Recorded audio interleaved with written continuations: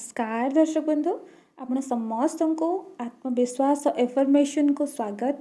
I trust affirmation को स्वागत। आम पूर्वर कथा होते इनो चाइल्ड ओन्ड विषय रे से ओन्ड भितर गोटे ओन्ड थिला ट्रस्ट ओन्ड जहाँ को आम विश्वास आघात बोली कही था। तो से कि से आघात बाहर आम आई ट्रस्ट एफर्मेशन निजर सबकॉन्शियस माइंड को सिग्नाल देबा।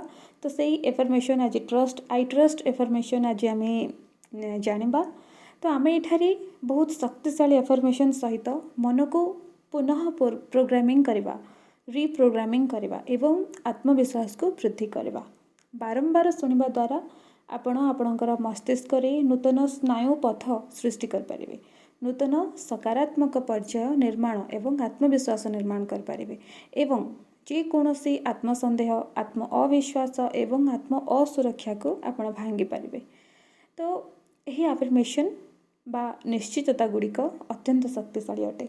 आपण अति कम रे 21 दिन पर्यंत यह प्रत्येक दिन सकाळ निद भांगिबार 5 मिनिट भितर शुणा आरंभ करंतु किंबा प्रत्येक दिन शोइबा पूर्वर शुणी पारे। आपण 2 थर मध्य करि पारिबे। तेबे आसंतु आरंभ करिबा। आज मु निज उपरे समस्त संदेह छाड़ी देछि, मु भय छाड़ी देछि। मो रास्ता रे जहाँ भी अछि ताहा ग्रहण करिबा पई निजको खोला करुछि। मु शांति सहित, स्पष्टता सहित, विश्वास सहित समन्वय रखिछि, अलाइन हेछि।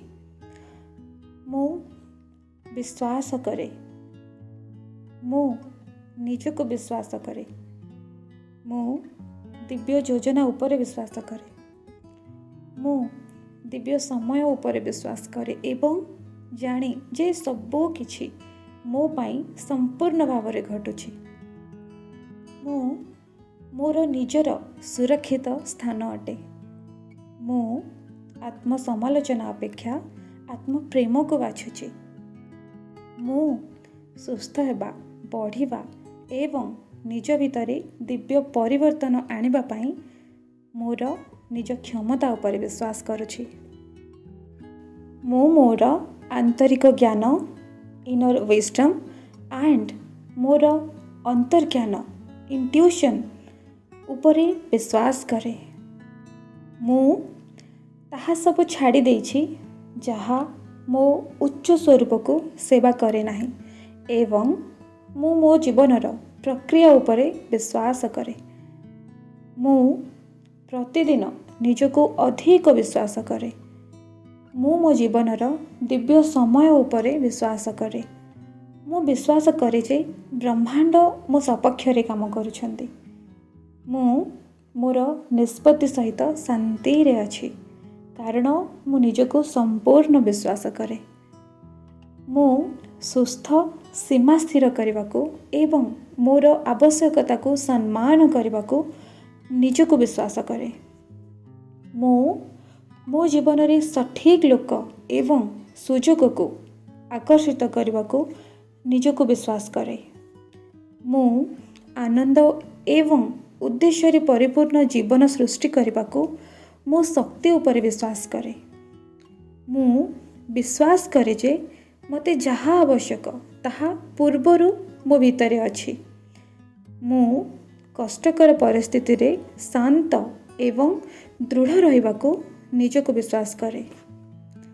मु मोर अनन्य अतीत एवं यह आनिथिबा शिक्षा उपरे विश्वास करे। मु निजको शिखिबा पाई एवं जे कोनोसी परिस्थिति को ग्रहण करबा को विश्वास करे। मु निजको साहसर सहित जीवनर अनिश्चितता को मुकाबिला करबा पाई विश्वास करे। मु निजको एपरि निष्पत्ति नेबा पाई विश्वास करे जहा मोर सर्वोच्च मंगल सहित समन्वित हुए। मु मो जीवनर यात्रा एवं मो जीवनर समय उपर विश्वास करे।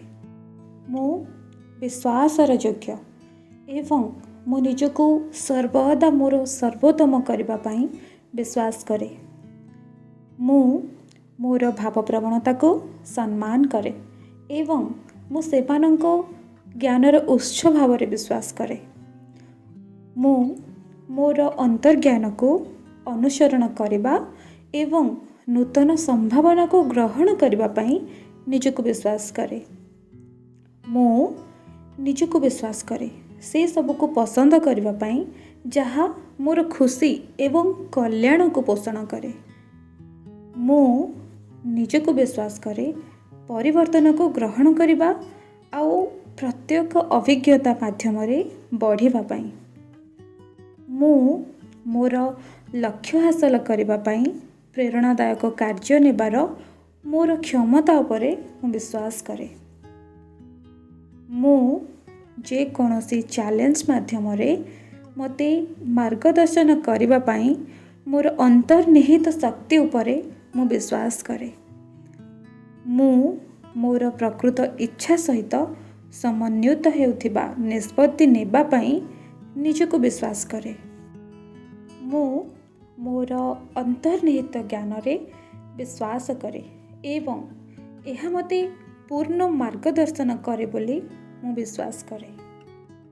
मु प्रत्येक मुहूर्त रे सत्यता देखाइबा पाई निजको विश्वास करे।